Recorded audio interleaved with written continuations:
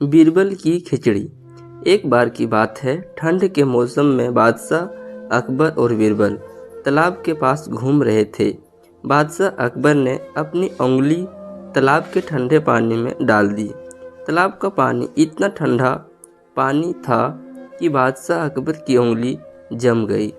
बादशाह अकबर ने कहा, मुझे नहीं लगता कि इस कठोर सर्दियों के मौसम में कोई भी व्यक्ति इस तालाब के ठंडे पानी में रात भर खड़ा रह सकेगा। बीरबल ने कहा, आदमी पैसे के लिए किसी भी चुनौती को पूरा कर सकता है।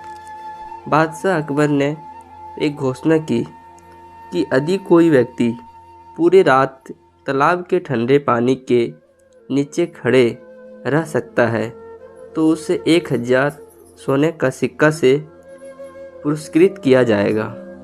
कई लोगों ने कोशिश की लेकिन बहुत मुश्किल था इस चुनौती को पार करना। फिर एक गरीब ब्राह्मण ने इस चुनौती को स्वीकार कर लिया क्योंकि उसे अपनी बेटी की शादी के लिए धन की आवश्यकता थी। गरीब ब्राह्मण ने किसी तरह तालाब के ठंडे पानी में रात बिताई। रात भर चौकीदार ने उस पर नज़र रख रहा था लेकिन उसने किसी तरह से चुनौती को पूरा कर दी।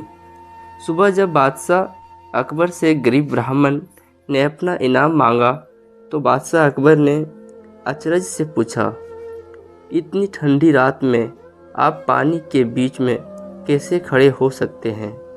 गरीब ब्राह्मण ने कहा, मैं आपके किले के जलते हुए दीपक को देखा और सोचता रहा कि दीपक मेरे साथ है।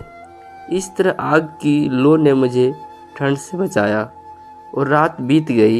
यह बात सुनकर बादशाह अकबर ने तुरंत इनाम देने से इनकार कर दिया।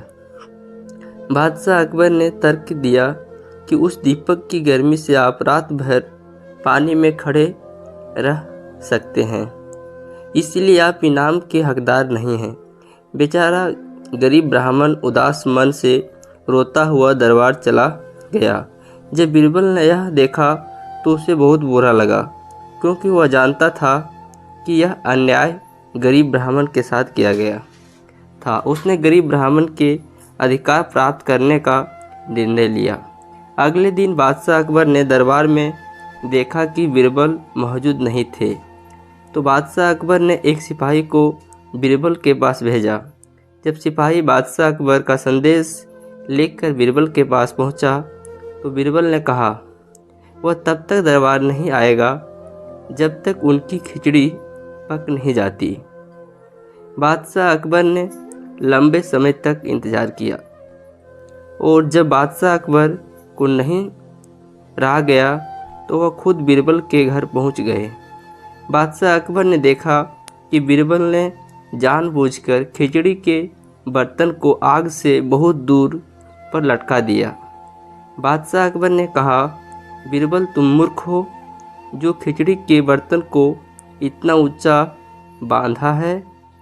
आग की गर्मी खिचड़ी के बर्तन तक जाएगी ही नहीं तो खिचड़ी नहीं पकेगी।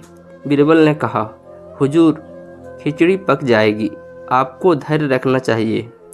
इस प्रकार शाम के 2 बज गए और बादशाह अकबर अब लाल पीले हो गए और गुस्से से बोले, बीरबल क्या तुम मेरा मजाक उड़ा रहे हो? तुम समझने में असफल हो। गर्मी जब तक खिचड़ी के बर्तन के पास नहीं पहुंचेगी, खिचड़ी नहीं पकेगी। तब बीरबल ने कहा, हुजूर यदि इतनी दूर आग से खिचड़ी नहीं पक सकती है तो उस किले की खिड़की पर जलने वाले दीपक से उस गरीब ब्राह्मण को गर्मी और ऊर्जा कैसे मिलेगी? यह सुनकर बादशाह अकबर को तुरंत अपनी गलती का एहसास होता है।